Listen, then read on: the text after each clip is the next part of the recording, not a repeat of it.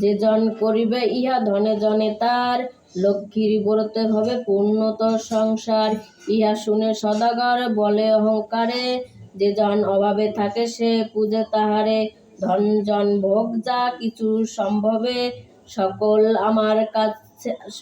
আমার আছে আর কিবা হবে। কপালে না থাকে যদি লক্ষ্মী দেবী ধন, হেন ব্যথা বাক্য আমি না শুনি কখন। গর্বিত বচন লক্ষ্মী সহিতে না পারে, অহংকারে দোষে দেবী ছাড়িল তাহারে। ধন মদে মত্ত হইয়া লক্ষ্মী করে হেলা, নানদ্রব্য পূর্ণ তরি বানর যেতে গেলা। দৈব যোগে লক্ষ্মী কোপে সহ ধন জন, স্থপিতরি জল মাঝে হইলেও মগন।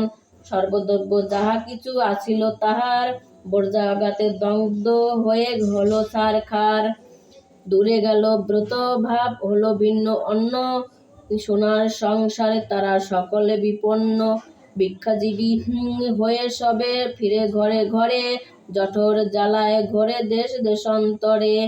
পড়িয়া বিপাকে তাই সাধুর তনয়, অশ্রু ঝরে দুই নেত্রে কান্দে উভরায়। কি দোষে পাইয়া বিধি করিল এমন, অধম সন্তান আমি অতি অভজন। সাধুর দুর্দশা দেখিয়া দয়া উপজিল, করুণ হৃদয়া লক্ষ্মী সকলি বুঝিল। দুঃখ দূর তারে করিয়া কৌশল, পাঠায় অবন্তিপুরে করি ভিক্ষার স্থল।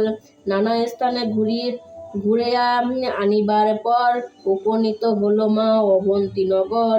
লক্ষ্মীব্রত করে তথা সব বামাগণ, স্মরণ হইল তার পূর্ব বিবরণ।